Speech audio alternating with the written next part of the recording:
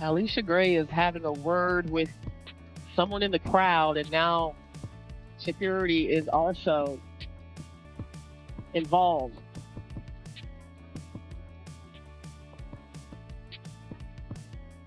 Looks like that fan is being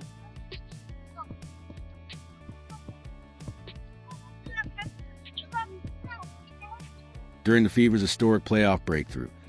Chaos briefly unfolded off the court. Alicia Gray of the Atlanta Dream pointed at a Fever fan, claiming something had happened. Security rushed in, but the story quickly unraveled when details failed to match. While Atlanta scrambled to explain mixed narratives, Indiana was too busy seizing the moment, snapping their playoff drought in front of a roaring home crowd. The contrast couldn't be sharper. One team tangled in confusion, the other controlling the scoreboard. That's not just embarrassing. It's fuel for a must-see Game 3. If you're riding with Indiana, drop a comment.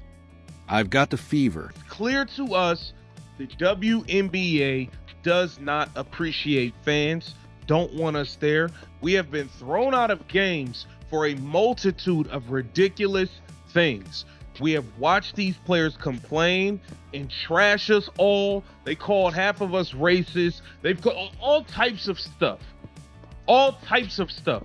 Now, without Caitlin Clark, the viewership has been cut in half by 50%. 50% for the playoffs. For the playoffs, y'all. And they still are getting fans thrown out. What exactly did Alicia Gray believe she heard from the Indiana crowd that night? And why did it spiral into such chaos?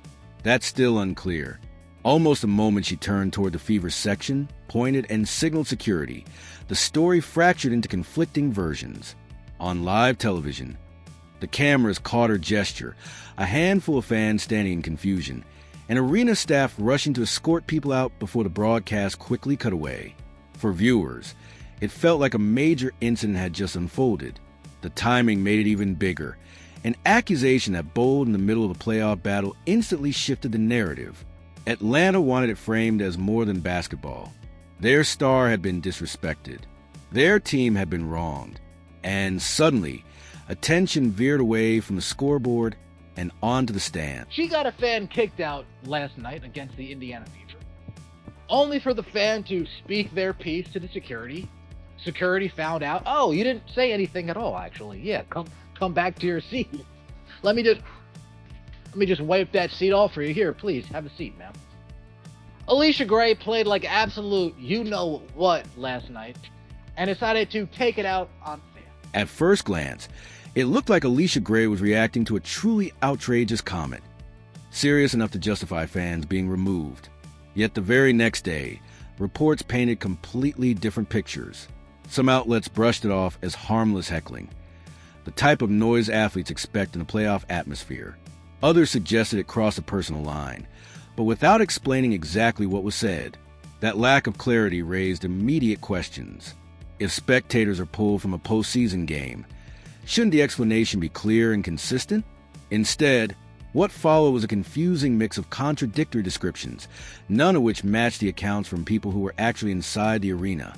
This is nuts. By the way, security brought this couple back in and apologized to them. All right? They removed the couple because they do it to let the players calm down, because it's clear these players aren't professionals.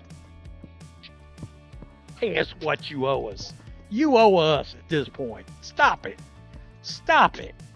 So, she's now fully been exposed. Eyewitness accounts soon surfaced, and that's when cracks began to show in Gray's version of events. One fan seated nearby insisted the remark was simply, asterisk, you're good, Lex. She's not even trying anymore. Asterisk, clearly meant as encouragement for Lexi Hall, not an insult toward Gray.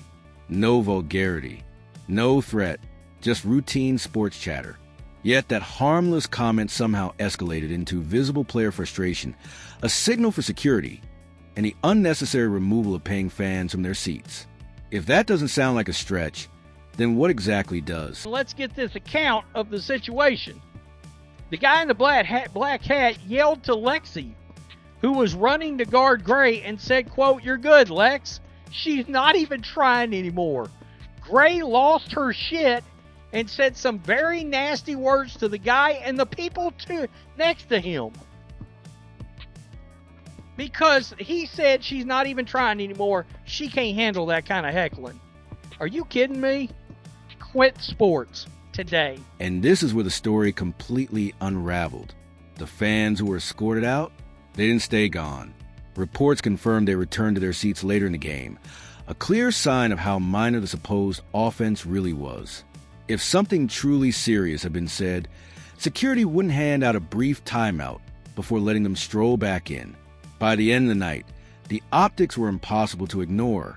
It looked far less like unruly fan behavior and far more like a player who simply couldn't handle routine home court heckling during the middle of a blowout. The guy did not say anything out of line whatsoever. They were let back in shortly after. When asked what happened, he said that they said it was protocol to remove the fan to allow the player to calm down. I mean, all these players ought to be playing in bozo outfits. Gray had a bad night, and there is no excuse for the things she said or the way she acted. On social media, the incident exploded. Clips of the ejection spread fast, and the words Gray allegedly reacted to were quickly dissected. Post-game chatter highlighted how little the story added up. Fans flagged contradictions. Commentators called it baffling. By Monday morning, the consensus was clear. It looked like nothing more than a weak attempt to shift blame from the Dream's poor showing. Alicia Gray getting this fan kicked out, and of course, the internet went ablaze. Oh my God, those Indiana Fever fans! Of course, after the fake hoax of early this year with Angel Reese, Angel Smollett, some people are calling her.